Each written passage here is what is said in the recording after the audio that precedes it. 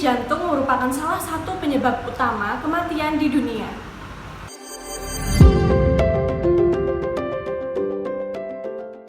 Assalamualaikum warahmatullahi wabarakatuh. Perkenalkan, nama saya Mutiara Salisa Izanisa. Saya merupakan mahasiswa gizi semester 5 Universitas Islam Negeri Wali Songo Semarang. Di kesempatan kali ini saya akan membagikan pengetahuan saya mengenai penyakit jantung.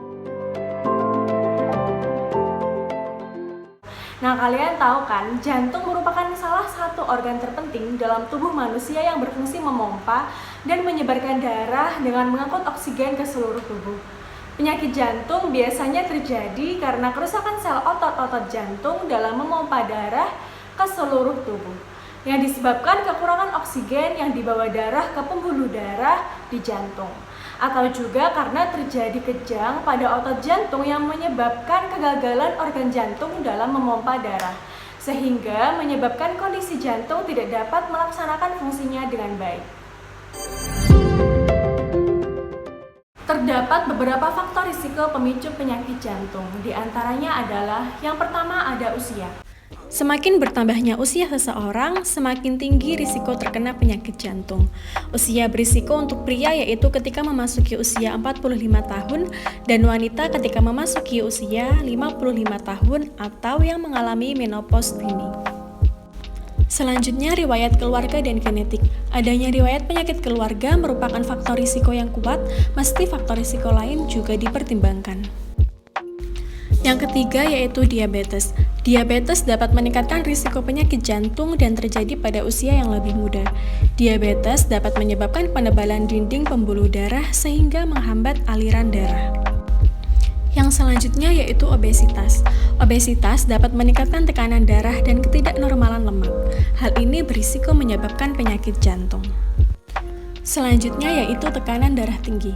Hipertensi dapat melukai dinding arteri dan memungkinkan kolesterol LDL masuk saluran arteri serta meningkatkan penimbunan plak. Selanjutnya yaitu pola hidup buruk. Pola hidup yang tidak baik dapat memicu penyakit jantung seperti rendahnya kualitas makanan, jarang beraktivitas, dan suka merokok.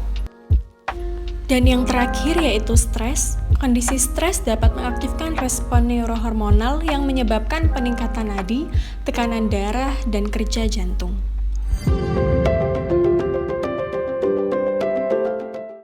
Terdapat beberapa gejala umum untuk penyakit jantung, diantaranya yaitu nyeri dada, yang kedua yaitu jantung berdebar tanpa sebab, yang ketiga yaitu sesak napas, dan yang keempat yaitu mudah lelah. Ada berbagai cara yang dapat dilakukan untuk pencegahan penyakit jantung.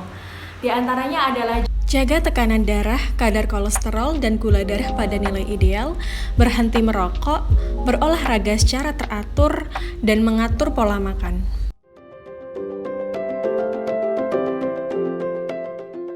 Terdapat beberapa makanan yang dianjurkan untuk dikonsumsi dari sumber karbohidrat, yaitu ada oatmeal, roti, dan gandum yang mengandung senyawa anti radang dan antioksidan yang dapat mencegah penumpukan plak. Dari sumber protein hewani ada telur, salmon, dan tuna yang kaya asam lemak omega 3. Lalu dari buah-buahan ada pisang, jeruk, dan apel yang mengandung serat dan kaya antioksidan seperti vitamin C dan polifenol. Dan yang terakhir yaitu dari sayuran seperti bayam, wortel, dan tomat yang mengandung berbagai nutrisi yang menyehatkan tubuh secara menyeluruh termasuk organ jantung. Lalu untuk makanan junk food, makanan kaleng, dan makanan berlemak tinggi dan minuman soda atau beralkohol sebaiknya untuk dihindari atau dibatasi.